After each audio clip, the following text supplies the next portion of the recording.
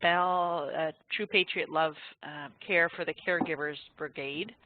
Last year we did Operation Building Bridges, and we had a few guest speakers, and this year we're excited to be sharing with you the Caregivers Brigade team of Paula Ramsey, Andre Marie Mallette, sorry, Marie Andre Mallette, and Jeanette McLeod, the founders of the Caregivers Brigade. And before we get started, I would like to introduce you to Namita Joshi, who is representing the True Patriot Love Foundation, who we wouldn't be able to do this lovely presentation without their help.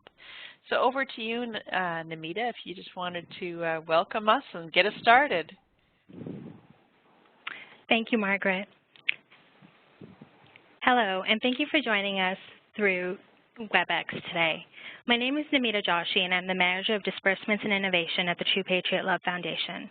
With generous funding support from our partners at Bell Let's Talk, True Patriot Love is pleased to support the continuation of the webinar series first launched by the PEI MFRC in 2016. The Bell TPL Fund is a joint $1 million fund which provides funding to mental health programs across the country in support of military families.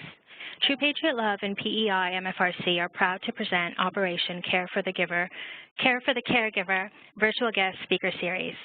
TPL's focus on support for military families and mental health allows us to understand that caregivers, the critical role that caregivers within military families play. We are impressed by the caliber of speakers that the PEI MFRC is able to provide and look forward to this ongoing and important dialogue occurring across the country. Today, it is my pleasure to introduce the Caregivers Brigade team. Jeanette McLeod, Director of Community Education, Paula Ramsey, Director of Serving Families, and Marie-Andre Mallette, Director of Veteran Families. The Caregivers Brigade is made up of spouses of ill and injured serving military members and veterans who have located resources to assist and benefit other families. They are consultants for caregivers of RCMP and CAF members, whether serving or released. The Caregivers Brigade works with existing departments and organizations for the benefit of families of the ill and injured. Their volunteers would be happy to assist you in the finding of appropriate resources for your family.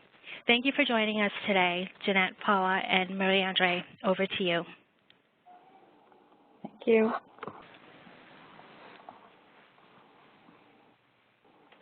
Thank you so much, Namita. I really appreciate that introduction, and you really captured the essence of the Caregivers Brigade team. Thank you.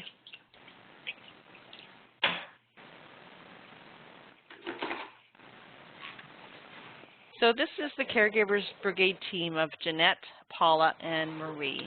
And tonight we're really excited because they're going to share their journeys. They're going to share their stories with us, and they're going to share what they do to look after themselves, because as caregivers, finding time to look after yourselves is extremely difficult. What is free time? That's no such thing.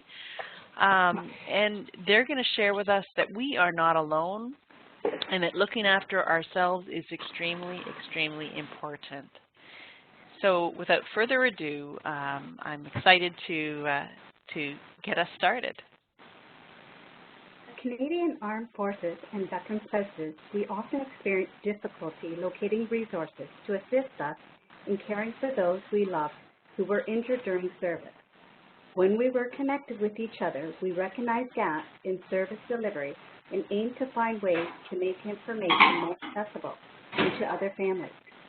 Together, we formed the Caregivers Brigade, and in the first few months of launching our website, we located over 60 services and organizations that support families like ours. So we can go on to the next slide, and at this point, we're going to show you, we're going to talk about our website. Our website is located at canadianfamilies.wix.com/caregivers-brigade, and it is currently displaying 147 Canadian national resources. 147, wow. We have 147.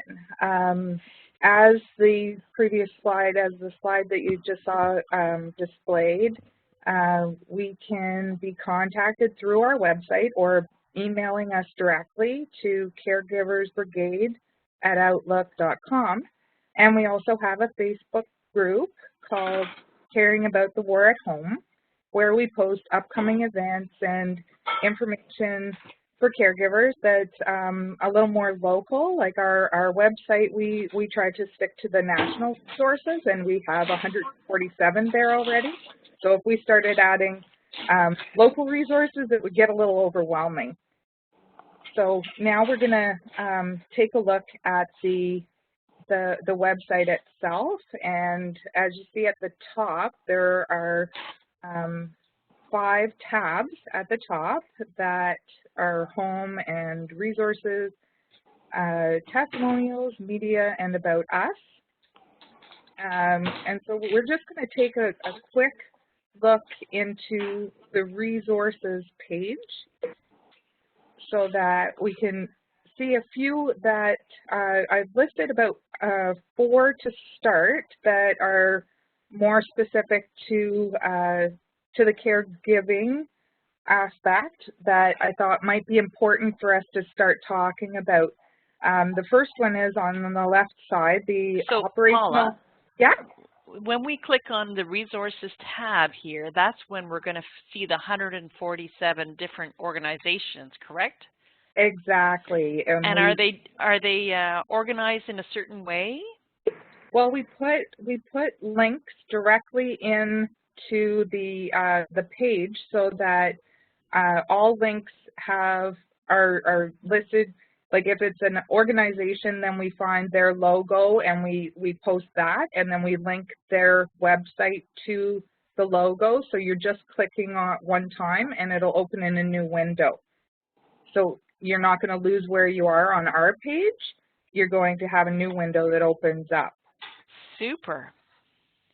So our feature resource that we're featuring right now, we try to change it up a little bit every so often, but our feature resource is Operational Stress Injury Resource for Caregivers, and it was created by Veterans Affairs and the Royal Ottawa.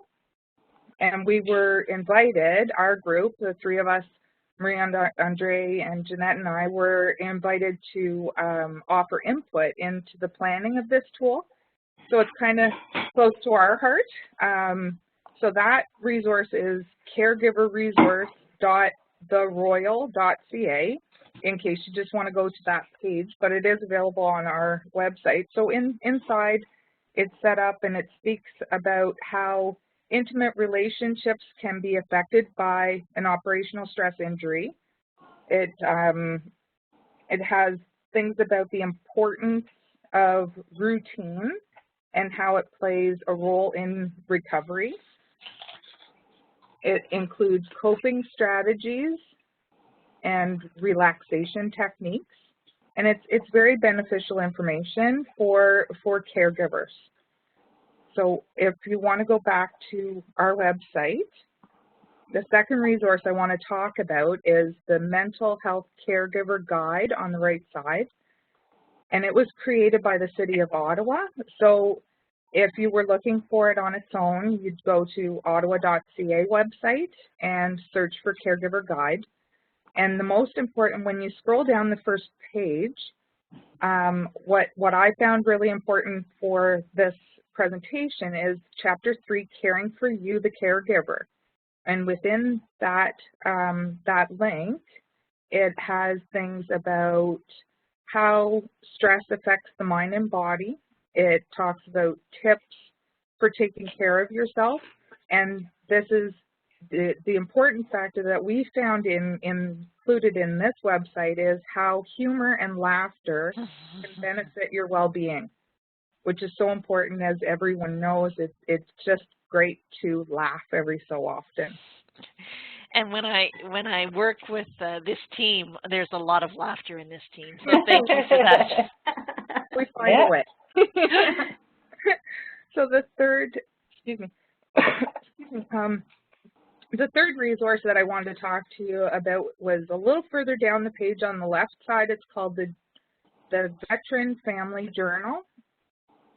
And D&D is making a few changes right now. This is something that D&D created, and so it goes to a new website that they're introducing called CAP Connection. And within there, if you're in CAP Connection, just on their main website, and you search for Veteran Family Journal, it'll come up. So inside here, you can find things like a medical release checklist. So this is especially important to me, and I'll talk to about that a little later in the presentation. And also included, there's helpful pages that you can print off, and you can create your own binder of resources for yourself, of a list of your doctor's information and family, your children's information, scheduling. You're creating a journal of pages so that you can make notes about a condition change, even for your spouse or your loved one that you're caring for, and you can keep notes on important aspects of transition. So our fourth resource that we'll actually look at is, we find this very beneficial, this resource on the right side, or kind of halfway down the page, I guess. We're going to stress strategies a little further down. And that website can be found at www.stressstrategies.ca. So within this website, there is our research-based stress management strategies and a guide how to making use of those strategies. And you can download and print your own personalized stress management plan. And that's so important when it's individualized like that.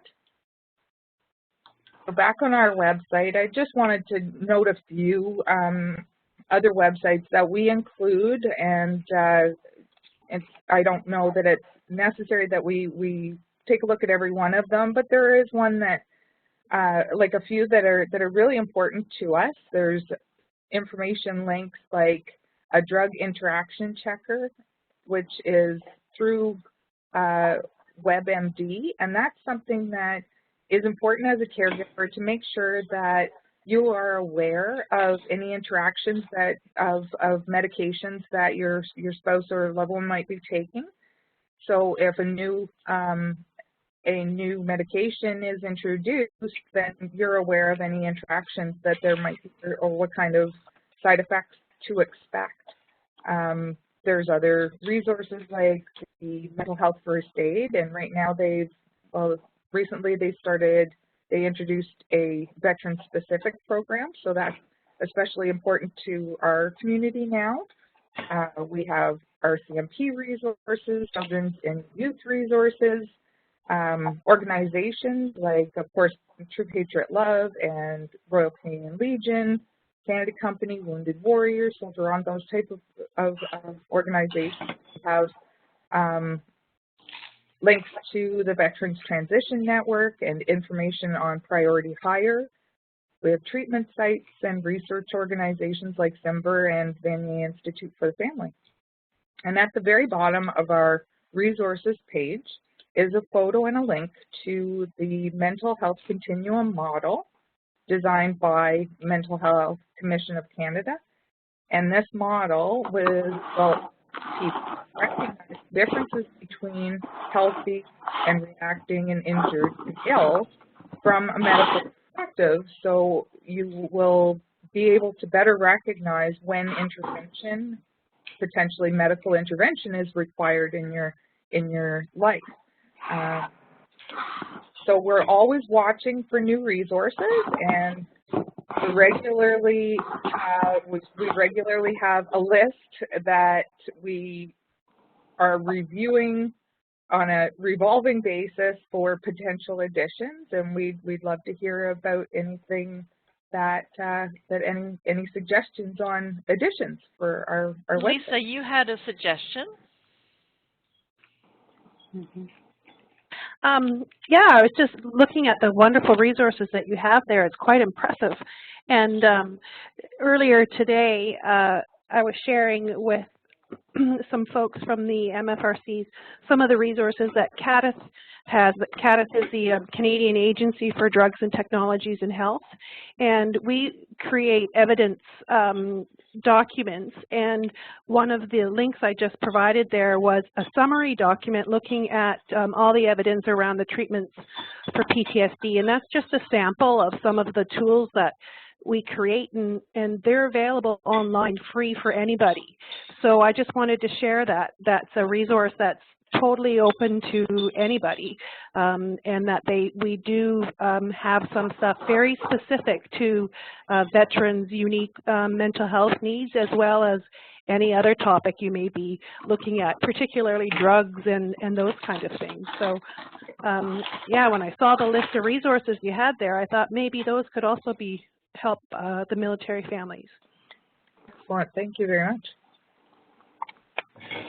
So we can send that to you after the session, Paula and Marie and Jeanette. And if you're interested in any more of those type of things, by all means, don't hesitate to connect. And like I said, there's all kinds of them there. So take a look to see what might be of interest to you. Absolutely. Yeah, now, sure. At this point of the session, we're hoping that other people may have other resources as well to add. And at the end of our workshop today, you're going to be asked to fill in an evaluation. And in the evaluation, there's a part that asks if you know of another organization that the Caregivers Brigade team may want to inquire about adding to their website. Please do so there as well. Excellent, thank you. So does anybody else have any suggestions for websites at this time? Yeah. All right, so we will continue on, but just get your thinking caps going, because if you think of anything, please let us know.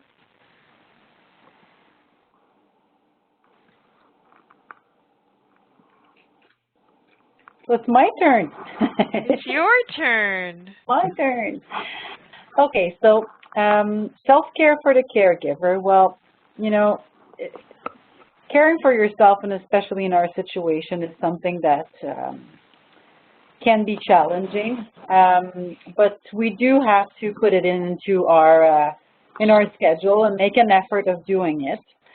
So in order to choosing a good self-care option, you do have to find something that's going to be enjoyable for you, that takes a small amount of time, that can easily fit into your hectic schedule, and that you can do it alone or with others if you choose.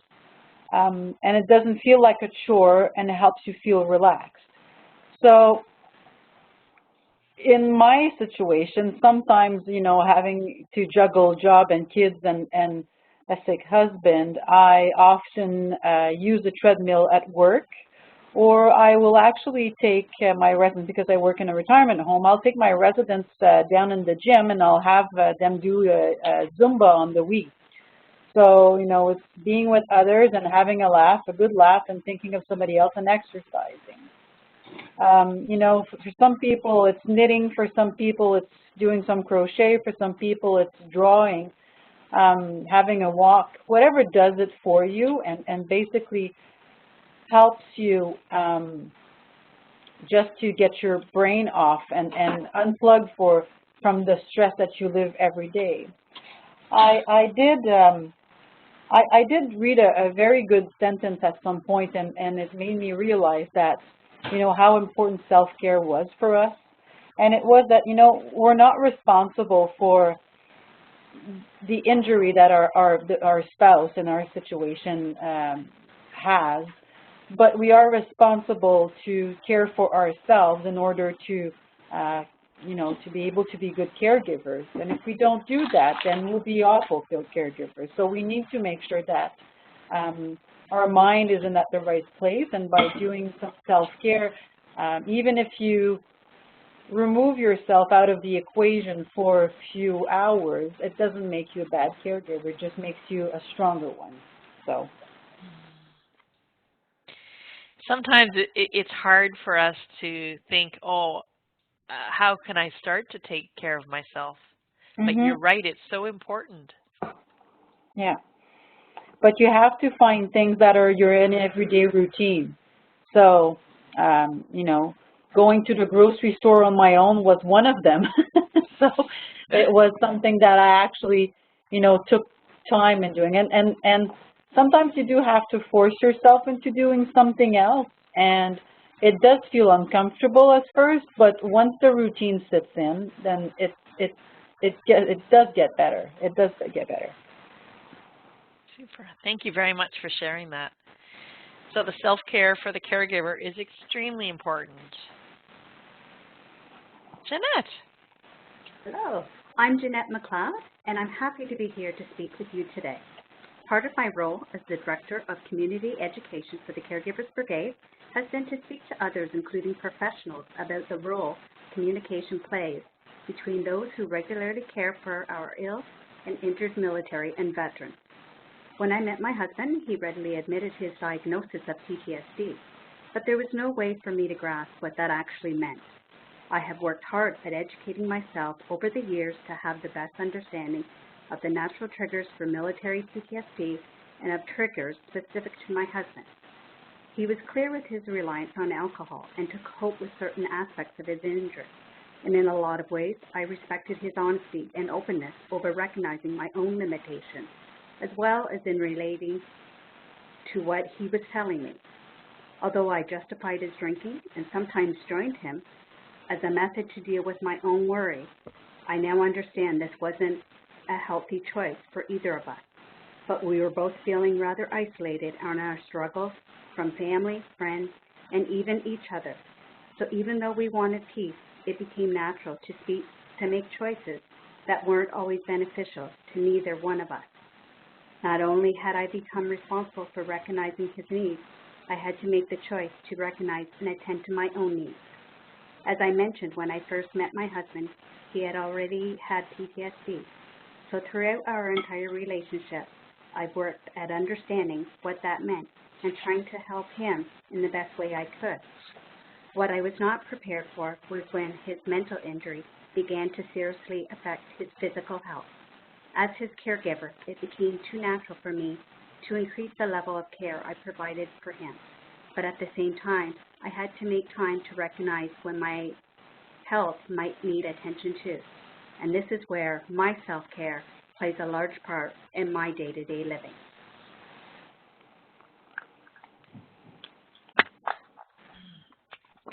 So it was really important to recognize your own needs. Most definitely. How do you do that, Jeanette?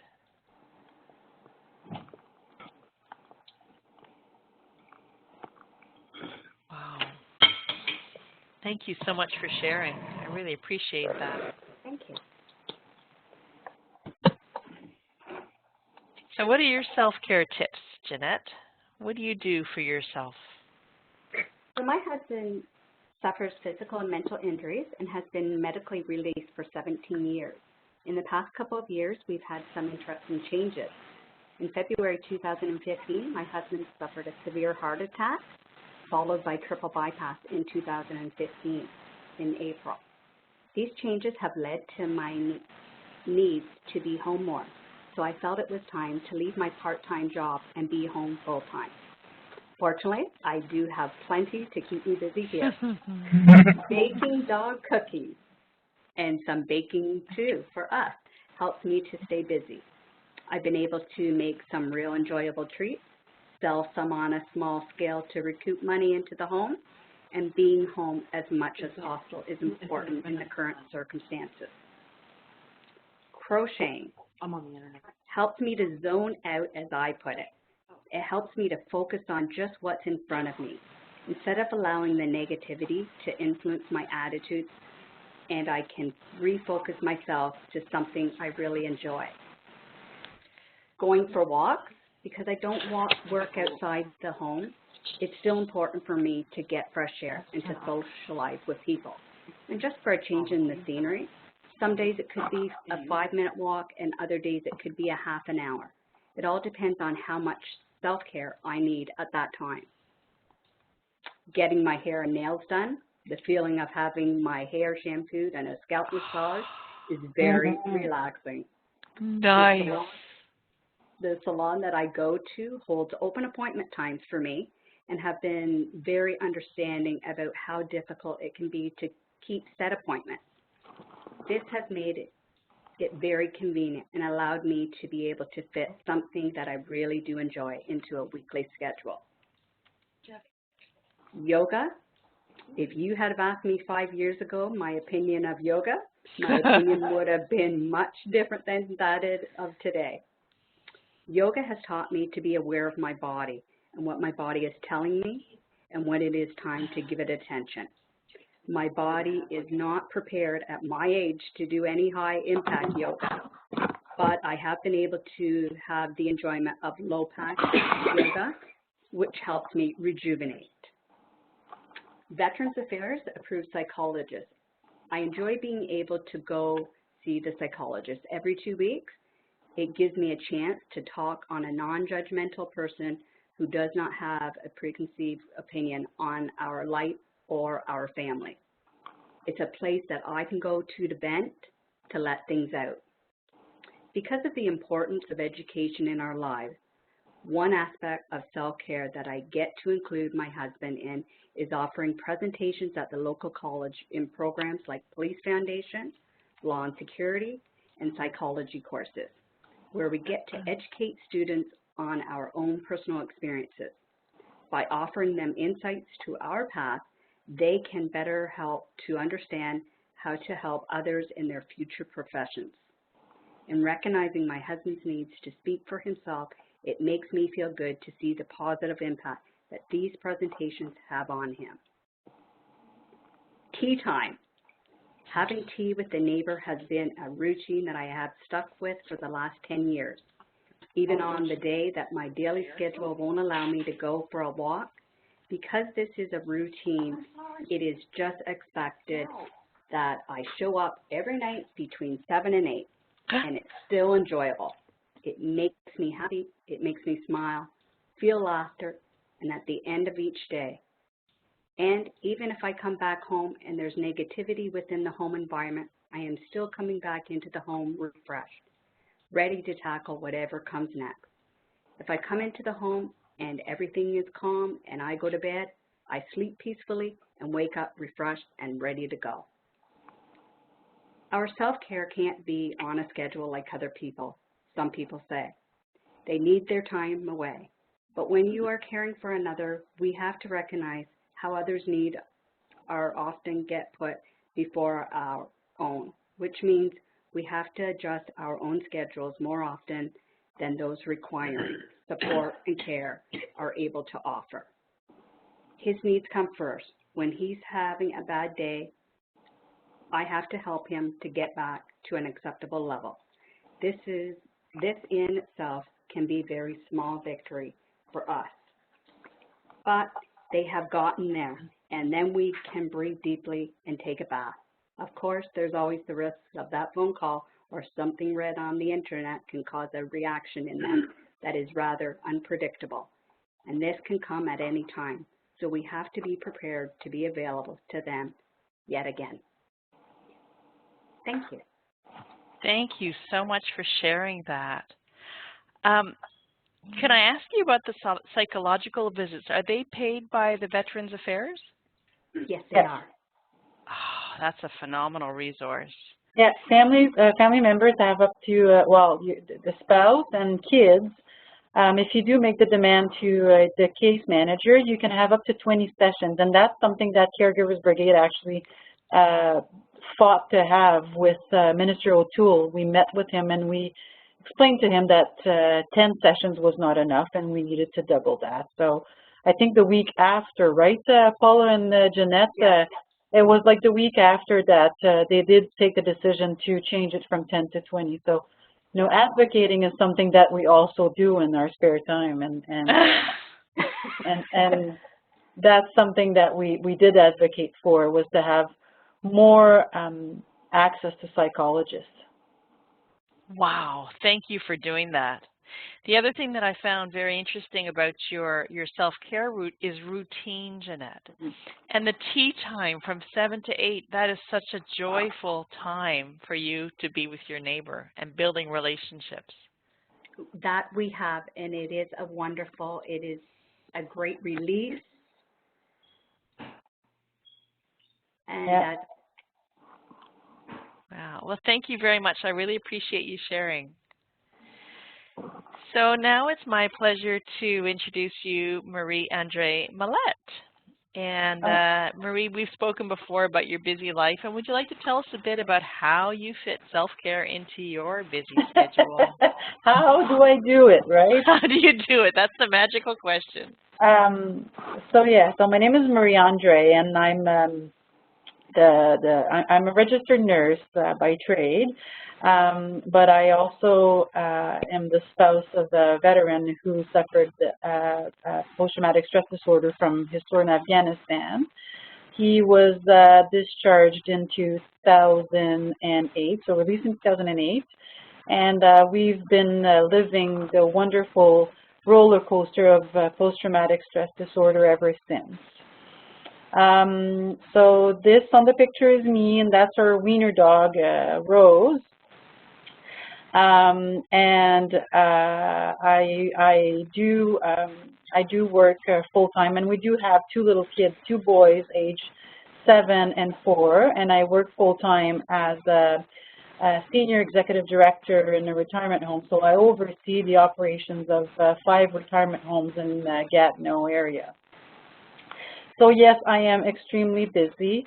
In the past year, it's been a bit less chaotic, but prior to that, from 2009 until last year in November, I was the caregiver also for my own mother who suffered from pulmonary hypertension, which is a cardiac disease that is chronic and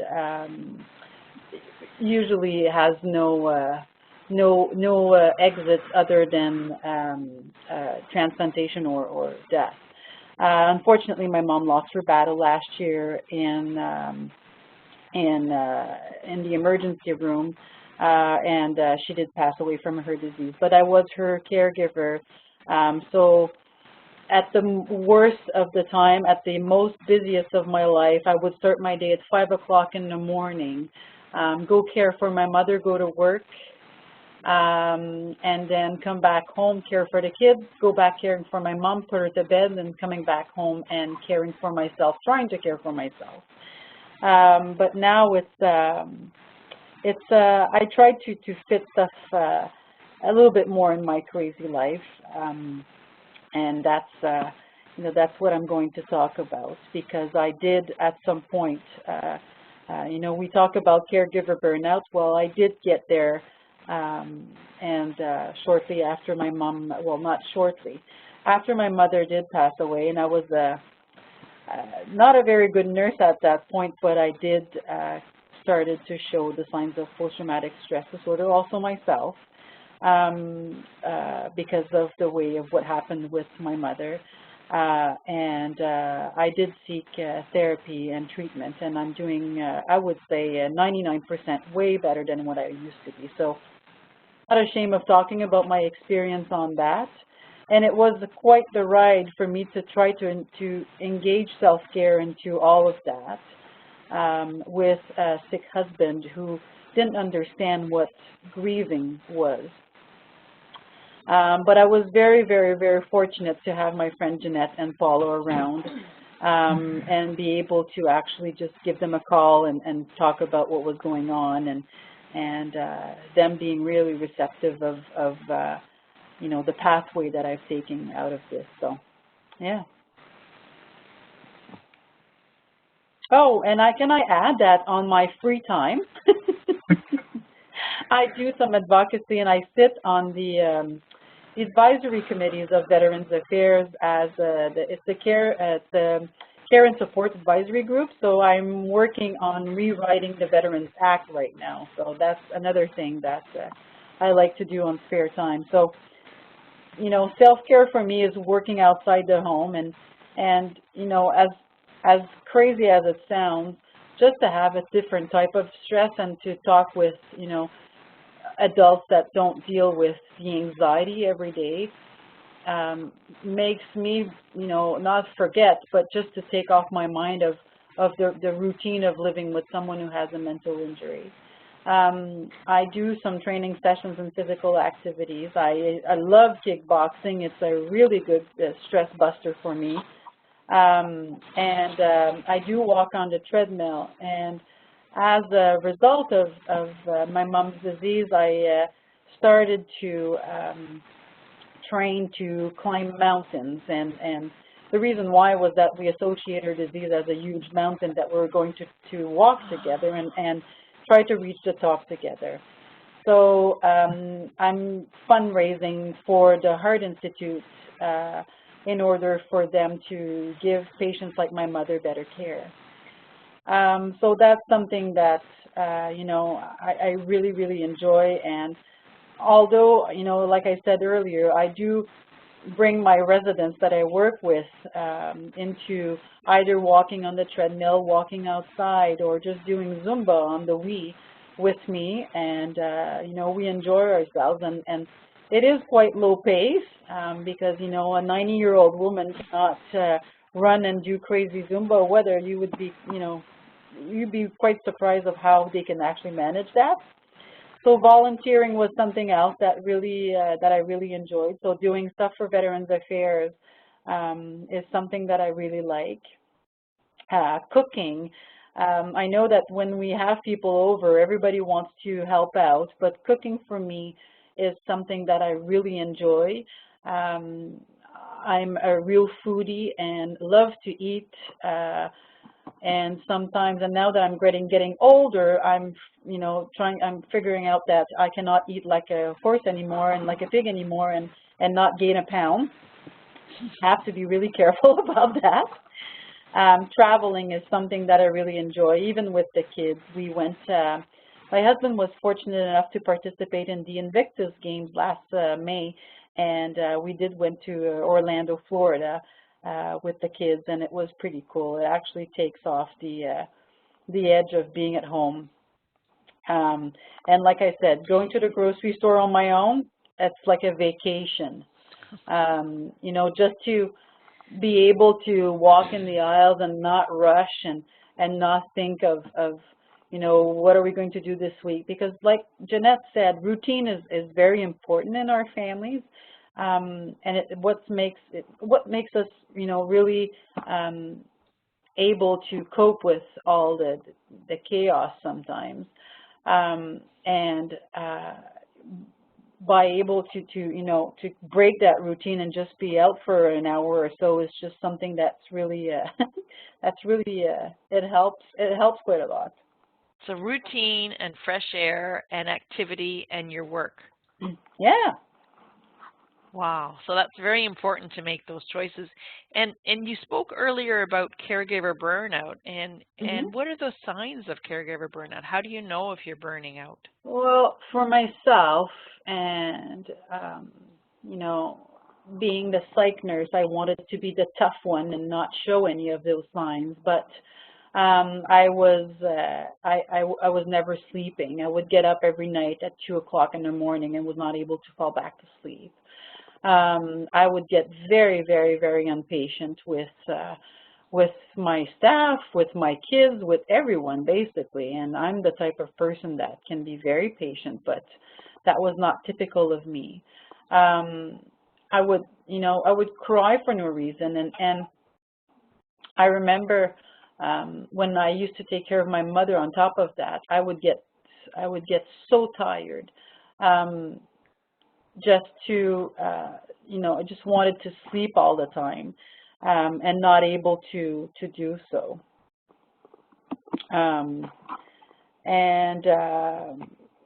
You know, other signs, it's depression, anxiety, anything that's out of your normal, basically. I always say that it's very important to let your physician know, if you have one, that you are caring for someone, so that physician can actually be a little bit more cautious of the signs and symptoms that you may be exhibiting. You know, sometimes we're not recognizing. And I remember one of my friends saying to me, "Did you see the dark circles under your eyes?" And I would just, you know, take on coffee and go for the next, you know, challenge and just go on and keep myself busy all the time. But at some point I had to say, well, things are not going well, and I had to just say, you know what, I need a break also. So, you know, sometimes it's just admitting that there's an issue is very relieving.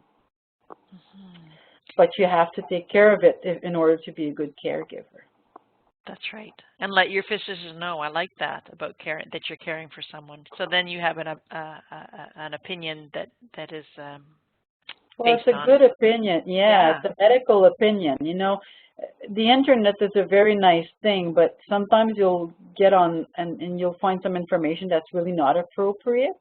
And I think a physician is actually the best one to be able to refer you to wherever type of resource also that you need. It's not, you know, you don't necessarily treat burnout with medications, but sometimes it's what it needs, and you know, a doctor is there for you for that. So thank you so much for sharing, Marie-Andre. I really appreciate it. Welcome. Some great thoughts that came from that session. So Paula, your husband is currently in the midst of transitioning from service due to his injuries. Did you want to talk a little bit about that, some of the changes you've experienced, as well as your methods for self-care? Sure. Well, I'm working as the director for serving families, so my role to begin with the Caregivers Brigade is to work with D&D departments and talk about gaps in services, talk about how to close those gaps, and I sit on a feedback team through D&D and a leadership committee to help increase communication between families and the departments, so everybody is kind of on the same page.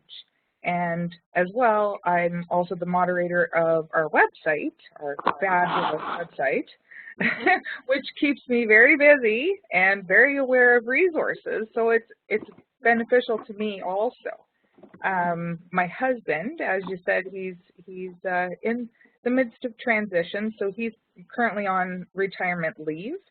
And so earlier we looked at the Veteran Family Journal, and that has a medical release checklist in it. So that was very helpful for me as a guideline to make sure that I wasn't missing something, or that, you know, there's so much paperwork with transition. So you want to make sure that you're on the right track, and having that guideline is so wonderful.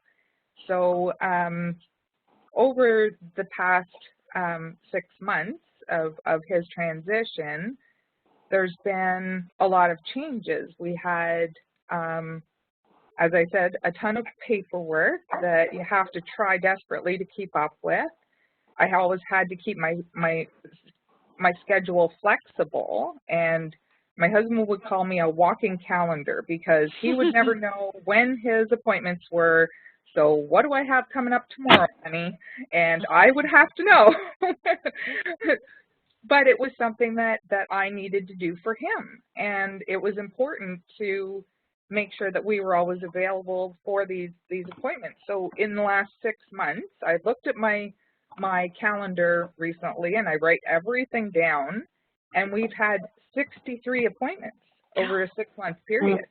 Yeah, that's a lot of appointments. And, you know, at the time of it happening, like sometimes we'd have 3 appointments in a day. And at the time of it happening, it just seemed so to flow so well because we were ready for it. But it, you know, it could very easily become overwhelming because someone would phone and get him on the phone and say, "Hey, can you meet me tomorrow?" And he says, "Sure," when we already have 3 appointments that day.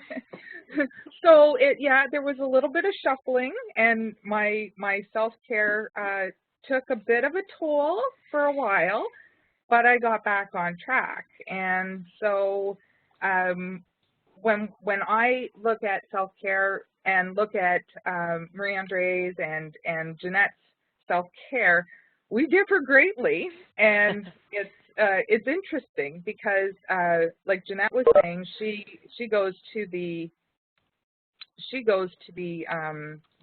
Veterans Affairs psychologist, and that's provided to her. But because my husband is technically still serving, even though in transition, that's not something that I have access to yet. But that's something that I get to build up to. And in the meantime, it's the family liaison officer through MFRC that I see. So every second week, I have her available to me. And because we're in that transitioning phase, next week is my last meeting with her. Unless something comes up, then she can provide an extension to that if I have trouble finding another person to talk to, if I really need her to talk to. But because of all the other self-care techniques that I have and the support of Maria and Jeanette, there's a likelihood that I won't need that from her, so I can move on to the next thing. Reading is something that I like to do a lot. It really relaxes me. I find in my house, it's easier for me to be able to read if it's an actual book, because my family can see the book and say, oh, Mom's reading. But if I have a computer on my lap, they don't see that as Mom's busy. I could be on Facebook for all they know. So reading on the computer is not as feasible as reading an actual book. But my writing comes in on the computer. That's something that also helps me. I had a few articles published through the Chief of Military Personnel newsletter, but with all the different transition documents and responsibilities that came along, there were things that I needed to do that were more work than actually self-care. Like Jeanette was talking about, it's about recognizing the small victories and how important that is. You want to make sure that you recognize, even though the transition paperwork for me was work, finishing that paperwork feels good, and I have to recognize that as an accomplishment and feel proud of that. One thing that is something that I really enjoy doing with our son is playing with his Lego and building something absolutely ridiculous that makes no sense, but it doesn't matter because he'll still play with it. But it's something fun, and it keeps my mind occupied. I don't have to actually think about anything to be able to play with him and build something. I like watching silly YouTube videos just to make me smile, just to get that happy back. Cats doing silly things, dogs doing silly things, people singing in a car. I have about a dozen Facebook groups that I have liked or earmarked for myself to look at that are positivity Facebook pages. So I share things that are posted there, and it makes me feel good to spread the positivity around. Different things like that. I like fishing with my husband. I didn't think I'd like that, but I do. One thing that I do, and it's going to sound kind of silly, there's a website that I go on to that calculates a date range. So today, I'm going to give away my age. Today, I am officially 16,453 days old. And so every day I can look at this. I don't have to look at this every day. I don't want to know how many days old I am every day. But I can look at this in a couple of weeks and say, hey, I survived this many good days. And I can say, if today's a bad day, it's okay because it's only 1 out of 16,000. And it's okay. But my most important, for me, the most important self-care is having peer support with, it's very different between the family liaison officer as a professional and having peer support through friendships like I have with Jeanette and Marie. Because speaking with either of them on the computer or the phone, one of them is available to me at least anytime during the day. And when I'm having a bad day and I can't feel love, even for myself, they show me they remind me how to feel that again. And they are so special, and it's so wonderful to have them in my life. And now we get to talk about the importance of self-care. Thank you so much for sharing, Paula. And yes, peer support, friendships is so important, building relationships, absolutely. Yeah, it is. You know, self-care is very important. You know, if you don't do self-care, it's you know, like I said, you won't be a good caregiver. You need to be able to support everyone. You are the base, basically. I've always seen myself as the base of the family here, and if I crash, then the entire thing will crash. So I have to make sure that I am healthy and that I have some safety nets that if I do crash, that I'm able to spread out a little bit, and people can actually help out and pick up for me. You know, it's burning up the anger and the resentment that I had really helped me focus on our relationship, and seeking some medical help also did. You know, it's very heavy to carry around someone that's always grumpy, and I did recognize that at some point, and that for me was self-care. You know, I took care of a situation that was not bearable for anyone at some point. So, you know, I do recognize that, you know, this is a small victory for myself because it's, you know, I have better tools basically to care for my husband. And, you know, what you have to recognize as in self-care is that nothing will ever be perfect. So we need to, you know, give ourselves a break. And I think that between myself, Jeanette, and Paula, I think we are each other's breaks when we have those laughing fits and where we completely are delusional over the phone and invent ourselves another world where it's incredibly funny. I think that, you know, we were able to self-care like that, and that was our break. And also, you know, what's important is that, you know, making mistakes is something that you will do. I remember initially walking on eggshells with my husband and thinking, you know, what word will I say that will trigger him? And at some point, I just decided that, you know what, no, he's going to learn to, you know, hear those words, and that was the mistake that I was basically doing, is that I was giving into PTSD to rule our house.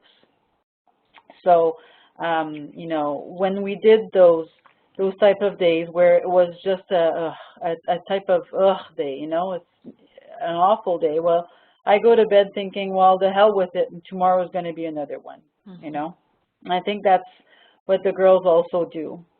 And like I say, recognize small victories. And for us, you know, being able to, even with the Caregivers Brigade, just to be able to participate in a bunch of stuff. Like Paula was saying that we did participate in the online teaching tool for VAC, but we also I also worked with Mental Health First Aid to develop the program for Veterans First Aid, the Mental Health First Aid.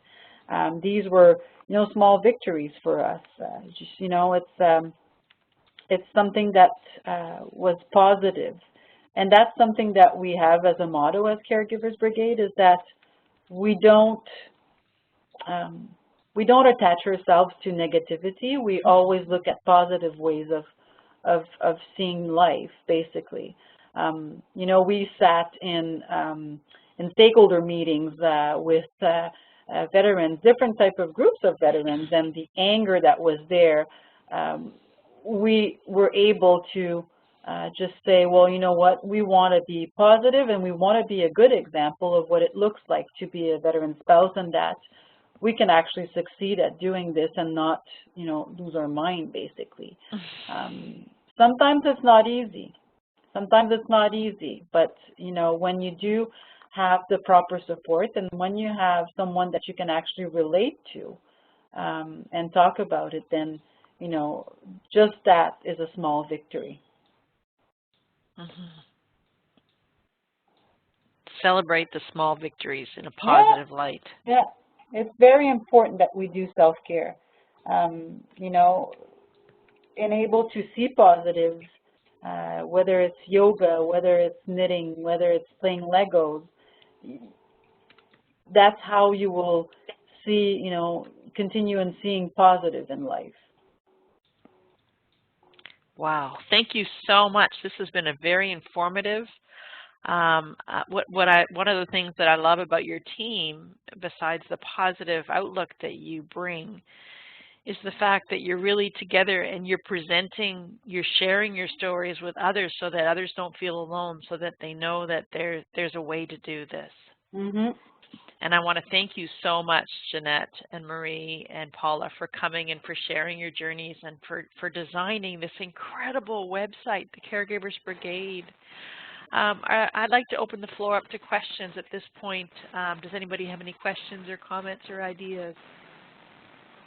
And we're such a small group, what we can do is if you go to the top left-hand side of your screen, you're going to see a gray pointer, an arrow. Grab a white space on the board with that arrow, just like I'm doing up here. There we go. Good job, Sue. Thank you, Marie. So grab your pointer. It's on the left-hand side. It's the gray arrow on the left-hand side of the toolbar. Catherine, do you see that? There we go. Super. Now I'd like you to, and Lisa as well, do you see the little arrow there on the side? So just grab a spot and just write 1 or 2 comments of what you think of today using the text tool, which is the big capital T. If you click on the T, then you'll be able to write a few thoughts or questions or comments. I'll just give you a minute. Namita, feel free as well.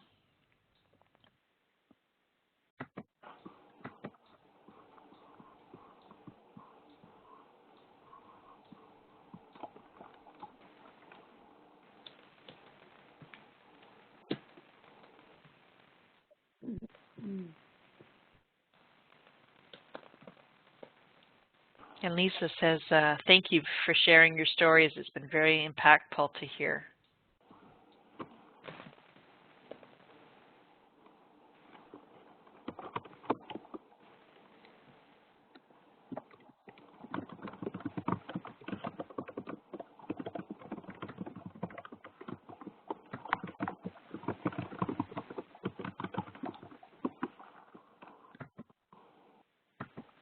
And Ed, if you wanted to take your pointer as well, feel free. So letting go of the resentment. Yes.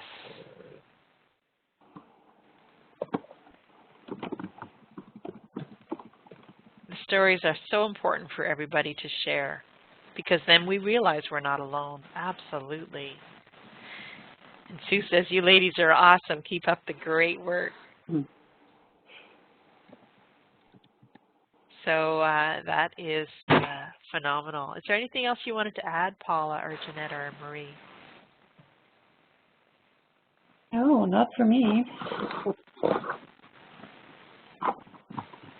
we're just happy to help others find their way. Most definitely. Thank you. So tonight we have a special surprise. We actually have door prizes for tonight. I'm going to pass the ball over to Sue, and she's going to randomly select the 3 people who win the prizes. One is an ebook called All the Way Home, which, Paula, you wouldn't like that because it's not in real paper. But it's from Kim Mills, who is a military spouse. It's a Canadian book. It's a phenomenal series, and she is a blogger on She is Fierce. And we also have 2 prepaid Visa cards. So over to you, Sue. So I've created a automatic random selector. So I've inserted everyone's names, and we will let that determine who is the winner.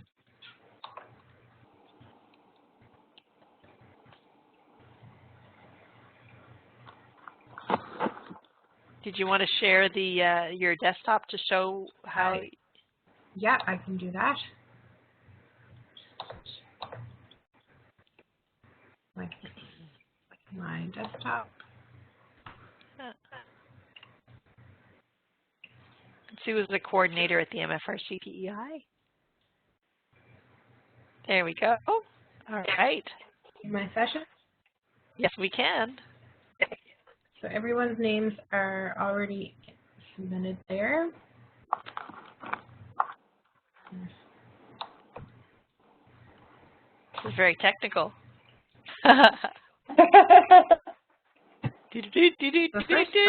There we go. Look at this.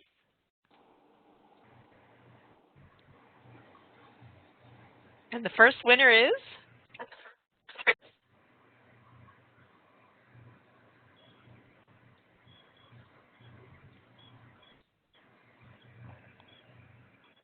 Namita. And the second winner is?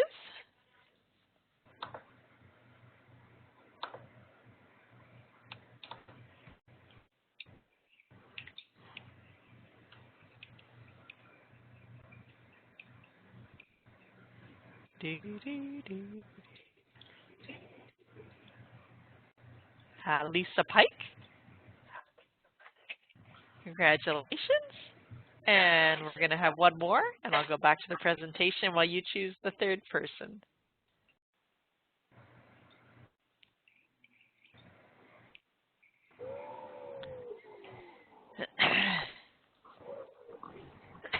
So thank you so much for coming out tonight. We really appreciate it.